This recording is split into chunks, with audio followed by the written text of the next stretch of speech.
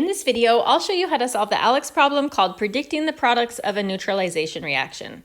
In this problem, you will be given two reactants. The first reactant is always going to be starting with a hydrogen ion. The second reactant is always going to be ending with a hydroxide ion.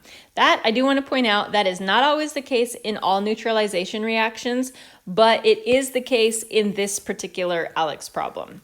The hydrogen ion and the hydroxide ion are going to combine together to make a molecule of water. That's one of the products of this reaction. I do want to point out that when this combination occurs, we have the hydrogen ion from that first reactant, and we have the hydroxide ion from that second reactant, and they are the things that combine together to make that water molecule. Notice in my particular version of the problem, I have two hydroxide ions together. I've got two of them. And so in order for this equation or for this reaction to actually work, I'm going to need to supply a second hydrogen ion as well to make actually two water molecules. So I'm just going to go ahead and make that modification right there. One of the components of, or one of the parts of this problem is making sure that the equation is balanced, and that means that sometimes you are going to have to make modifications to the stoichiometric coefficients for the reactants. So I need to have a 2 here. I know I'm going to be making two water molecules by combining two hydrogen ions and two hydroxide ions from my reactants.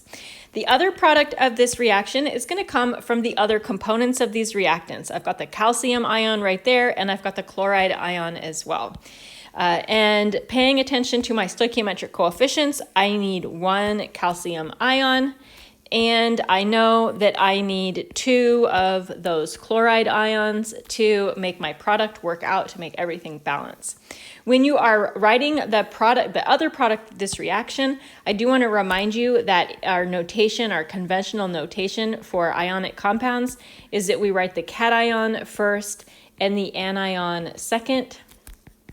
Cation comes first and anion comes second. So when you are predicting the second product of this reaction, make sure that the ion, that you're maintaining the placement of the ions in that formula. So since the calcium ion came first in its reactant, the calcium ion also needs to be written first in the product. Since the chloride came first in its reactant, the chloride ion came second in its reactant. The chloride ion also needs to come second in its product.